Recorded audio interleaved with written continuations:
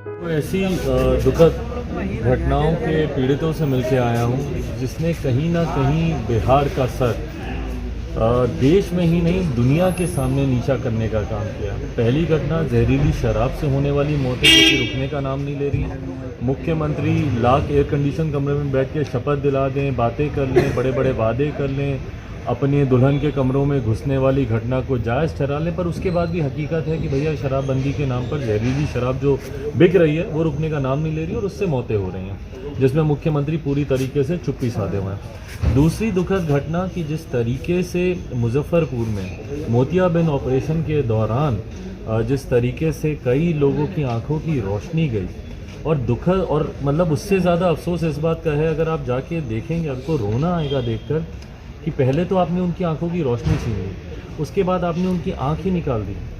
मतलब एक मोतियाबिंद के ऑपरेशन के लिए कोई व्यक्ति आया और आपने उसकी आंख निकाल दी, जो थोड़ी बहुत उम्मीद की कल को संभवतः कोई इलाज ऐसा आता, अगर आंख रहती तो हो सकता है शायद कभी ना कभी रोशनी के लिए कोई ऐसा इलाज आ जाता, पर आपने ऑपरेशन करके आंख निकाल दी। उस पर भी दुख और बढ़ जाता है। व्यक्ति गया था अपनी बाईं आंख का मोतियाबिंद का ऑपरेशन कराने, अपने दाईं आंख का कर दिया, दाईं आंख आपने खराब कर दी, दाईं आंख आपने निकाल दी, तो मतलब आपने उसको पूरी तरीके से नेत्रहीन आपने उसको कर दिया, दोनों आंखों से व्यक्ति को दिखना बंद। दुख मुझे इस बात का होता है कि इतनी बड़ी बड़ी घटनाएं हमारे प्रदेश में घट जाती हैं और मुख्यमंत्री नीतीश कुमार एक बार अपने हवा महल से बाहर निकलना ज़रूरी नहीं समझते। जब तक आप जाएंगे नहीं, इन पीड़ित परिवारों से आप मिलेंगे नहीं, उनसे आप बातचीत नहीं करेंगे, आप समझेंगे नहीं कि भैया उनके साथ बीती क्या। और यही कारण है, इंसान में अगर थोड़ी सी भी मानवता या इंसानियत बची हुई है मुख्यमंत्री नीतीश कुमार जी के अंदर, तो सबसे पहले वो जाएं, देखें उन परिवार को। वहाँ पर लोग डर के साए में हॉस्पिटल में रह रहे हैं। एक बूढ़ी दादी थी, बोलती हैं कि बउआ हमको बस निकाल दो यहाँ से किसी तरीके से। उनको डर है इस बात का कि मेरी एक आंख तो गई, दूसरी भी निकाल देंगे। शराबबंदी का सवाल, शराबबंदी से जुड़े हुए कुछ घटनाओं का सवाल आपने संसद में भी उठाया। जाहिर है शराबबंदी को लेकर तो आपके तेवर नरम होने वाले नहीं हैं। नहीं, बिल्कुल नहीं भाई, क्यों तेवर नरम होंगे। आपने एक कानून बनाया है और उस कानून की आड़ में आप अपना एक अलग व्यवसाय आपने खड़ा कर दिया। भाई जहरीली शराब और जो अवैध शराब का जो निर्यात यहाँ पे हो रहा है, ये दो ऐसे धंधे इन्होंने खड़े कर दिए। एक कोई तस्कर बताइए या इस धंधे में लिप्त बताइए जिनके ऊपर इन्होंने कार्रवाई की हो। दुल्हन के कमरे में तुरंत पहुंच जाते हैं, डॉक्टर इंजीनियर हो उसको तुरंत पकड़ लेते हैं, बट कोई एक बड़ा गिरोह बताइए जिसको इन्होंने पकड़ा हो।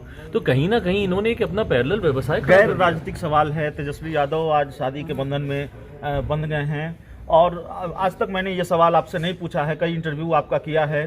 सवाल ये है कि बड़े भाई चिराग जी कब शादी करने जा रहे हैं? मैंने कहा आज भी मत पूछिए ये।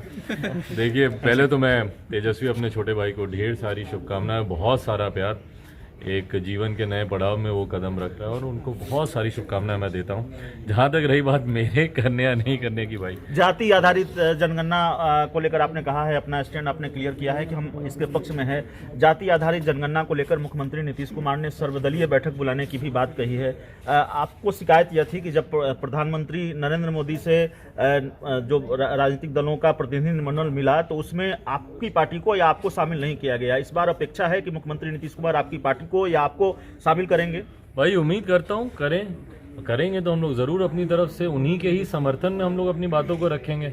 बहुत कम ऐसे विषय हैं जहाँ पे मुख्यमंत्री जी और चिराग पासवान की सोच मिलती हो।